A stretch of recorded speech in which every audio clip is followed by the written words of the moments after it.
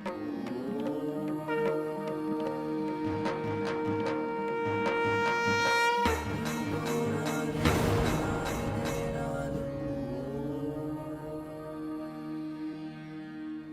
ओम तत्सत।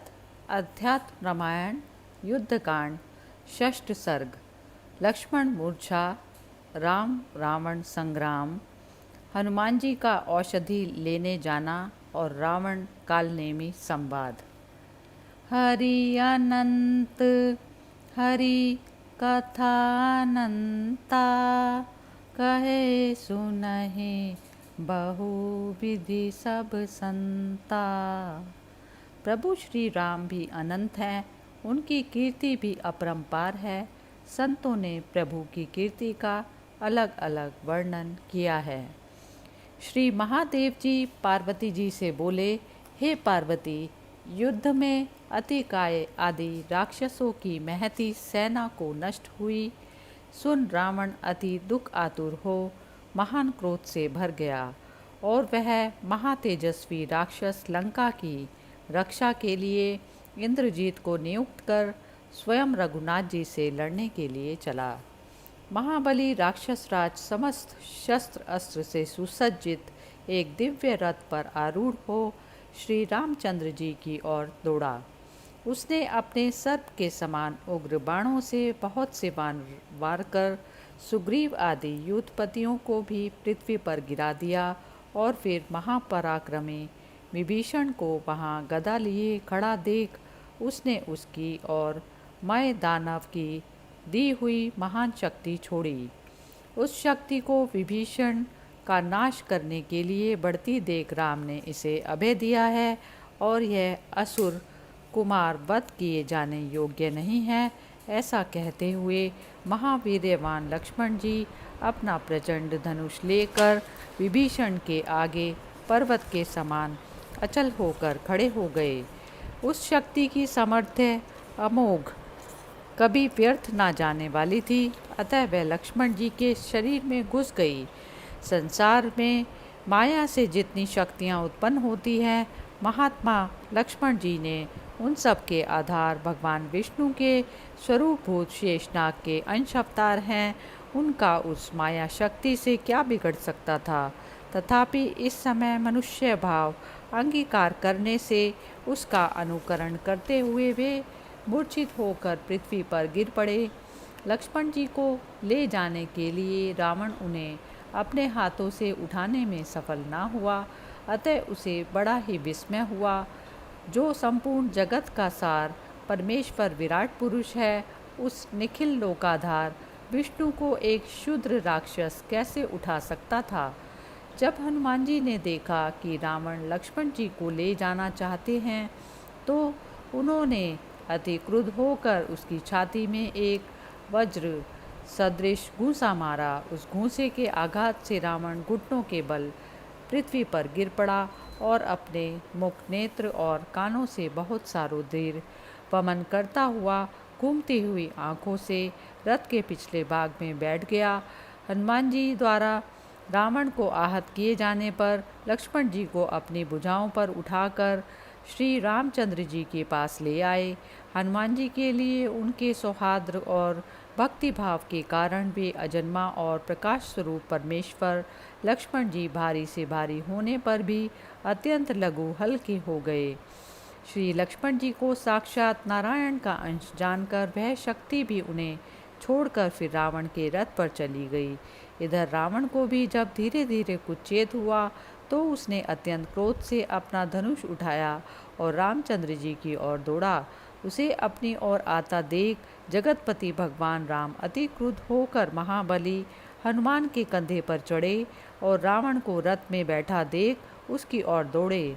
भगवान राम ने अपने धनुष की प्रत्यंचा का ऐसा कठोर शब्द किया जो मानो वज्र को भी चूर्ण कर देने वाला था और फिर अति गंभीर वाणी से राक्षस राज रावण से ऐसा कहा, अरे राक्षस अधम, जरा ठहर जा। तुम सर्वत्र समदर्शी का ऐसा अपराध करके तू कहाँ जा सकता है। अरे तू तनिक मेरे सामने खड़ा रह। जिस बाण से मैंने जनस्थान में खरदूषण आदि से युद्ध करते समय तेरे राक्षसों को मारा था, आज उसी युद्ध से तुझे भी मार डालूंगा। श्री रामचंद्र जी के ऐसे वचन सुनकर रावण ने उन्हें वहन करने वाले हनुमान जी के बड़े तीखे बाण मारे, किंतु उन तीक्ष्ण बाणों के लगने पर भी पवन पुत्र का तेज अपने प्रभाव से बराबर बढ़ता ही चला गया और वे महान कपीश्वर बड़े जोर से गरजने लगे। तब रघुनाथ जी ने हनुमान जी को शत विक्षत देखा तो दूसरे कालरुद्र के समान भयंकर क्रोध धारण किया और अपने तीक्ष्ण बाणों से बड़ी फुर्ती के साथ सुगमता से ही रावण के घोड़े सहित रथ, ध्वजा, सारथी, शस्त्र समूह, धनुष, छत्र, घोड़े सहित और पताका आदि काट डाले। फिर इंद्र ने जैसे पर्वतों पर आक्रमण किया था, वैसे ही उन्होंने एक वज्रतुल्य महाबाण से रावण को बेध डाला। भगवान राम का बाण लगने से वह वीर विचलित हो गया और उसे मूर्छा आ गई और उसके हाथ से धनुष छूट गया। ऐसी उसकी दशा देखकर रघुनाथ जी ने एक अर्धचंद्राकार बाण से उसका सूर्य सदृश प्रकाशमान मुकुट काट डाला और कहा, रावण, तुम मेरे बाण से पीड़ित हो, अतः मैं तुम्हें आज्ञा देता हूँ, इस समय तुम जाओ। आज लंका में जाकर विश्राम करो, कल फिर मेरा पराक्रम देखना। तब श्री रामचंद्र जी के बाण से विद्ध होने के कारण सारा दर्प चूर्ण हो जाने के पर रावण ने लज्जित और व्याकुल लंका में प्रवेश किया। इधर रामचंद्र जी भी लक्ष्मण जी को मूर्छित अवस्था में पृथ्वी पर पड़े देख मनुष्य भाव का आश्रय ले लीला से शोक करने लगे और हनुमान जी से बोले, वत्स, पहली तरह से महा औषधि लाकर लक्ष्मण और वानरों को जीवित करो। रघुनाथ जी के इस प्रकार कहने पर महाकवि हनुमान जी बहुत अच्छा कह एक क्षण में ही महासागर को पार कर वायु वेग से चले। इसी समय रावण के गुप्तचरों ने उससे कहा, स्वामिन, राम ने हनुमान को क्षीर समुद्र पर भेजा है और वह लक्ष्मण को जीवित करने के लिए महा औषधि लेने गया है। उनके ये वचन सुनकर राक्षस राज अति चिंतातुर हुआ और उसी क्षण रात्रि में ही अकेला कालनेमी के घर गया। रावण को घर आया देख कालनेमी को बड़ा आश्चर्य हुआ। वह उसे अर्घ्य आदि दे उसके सामने खड़ा हो गया और अति भयभीत होकर हाथ जोड़कर बोला, राजराजेश्वर, आज किस निमित्त से आना हुआ? कहिए, मैं आपकी क्या सेवा कर सकता हूँ? तब ब्राह्मण ने अति दुखित होकर कालनेमी से कहा, आज कालक्रम से मुझे भी यह कष्ट उपस्थित हो गया। मेरी शक्ति से आहत होकर वीर लक्ष्मण पृथ्वी पर गिर पड़ा है। उसे जीवित करने के लिए हनुमान औषधि लेने गया है। महामते, तुम कोई ऐसा उपाय करो जिससे उसके लाने में विघ्न खड़ा हो जाए। तुम माया से मुनिवेश बनाकर हनुमान जी को मोहित करो, जिससे उस औषधि के प्रयोग का समय निकल जाए। यह कार्य करके फिर अपने घर लौट आना। रावण के वचन सुनकर कालनेमी ने उससे कहा, महाराज रावण, मेरी बात सुनिए और उसे यथार्थ समझकर धारण कीजिए। मैं आपका प्रिय करूँगा ही, लेकिन उसके लिए मैं अपने प्राणों की परवाह नहीं करता। तथापि उससे लाभ क्या होगा हे दशानन, इसमें संदेह नहीं। कुछ दंडकारण्य में मृग रूपी धारी मारीच का हुआ था, वही दशा मेरी भी होगी। देखिए, आपके पुत्र पौत्र और अनेकों सगे संबंधी राक्षस लोग मारे गए। इस प्रकार राक्षस वंश का नाश कराकर आपके जीवन, राज्य, सीता अथवा जड़ देह से भी क्या लाभ है हे महाबाहो? आप रामचंद्र जी को सीता और विभीषण को राज्य देकर मुनिगण सेवित सुरम्य तपोवन को जाइए। वहाँ प्रातःकाल शुद्ध जल में स्नान करके संध्या उपासना आदि नित्य कर्मों से निवृत्त होकर एकांत देश में सुखमय आसन से बैठिए और सब ओर से निसंग हो बाह्य विषयों को छोड़ अपनी बाह्य वृत्ति वाली इंद्रियों को धीरे धीरे अंतर्मुख कीजिए। हे अनग, अपने आत्मा को सदा प्रकृति से भिन्न विचारिए। देह, बुद्धि और इंद्रिया आदि से युक्त संपूर्ण चराचर जगत अर्थात ब्रह्मा से लेकर स्तंभ कीट विशेष पर्यंत जो कुछ दिखाई या सुनाई देता है, वह सब प्रकृति ही है।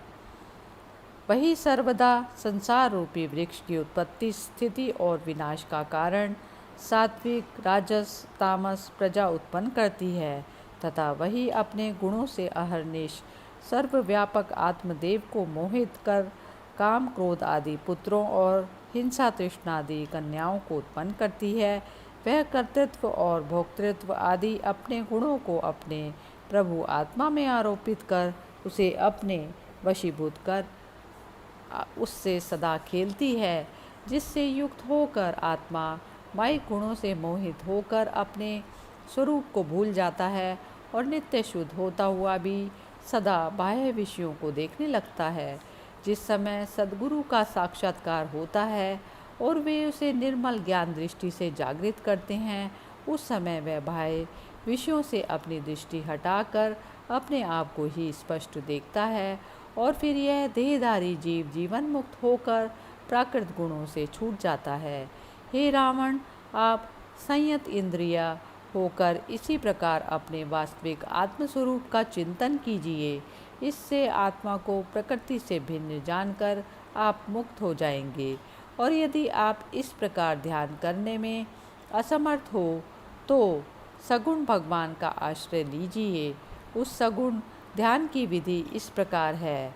हृदय कमल की कर्णिकाओं में मणिकणक जनित अति मृदुल और स्वच्छ सुवर्ण सिंहासन पर जो जानकी जी सहित विराजमान हैं, जो वीरासन में बैठे हैं, जिनके नेत्र अति विशाल और वस्त्र विद्युलता के समान तेजोमय हैं तथा जो किरीट, हार, केयूर और कौस्तुभमणि आदि आभूषणों से सुशोभित है, नुपुर, कटक और वनमाला आदि से जिनकी अपूर्व शोभा हो रही है, तथा लक्ष्मण जी अपने हाथों में 2 धनुष, एक अपना और एक प्रभु राम का, जिनके लिए जिनकी सेवा में खड़े हैं, उन सब के हृदय में विराजमान अपने आत्मरूप भगवान राम का इस प्रकार सर्वदा अत्यंत भक्तिपूर्वक ध्यान करने से आप मुक्त हो जाएंगे, इसमें संदेह नहीं। नित्य अनन्य बुद्धि होकर उनके भक्तों के मुखारविंद से उनके पवित्र चरित्र सुनिए।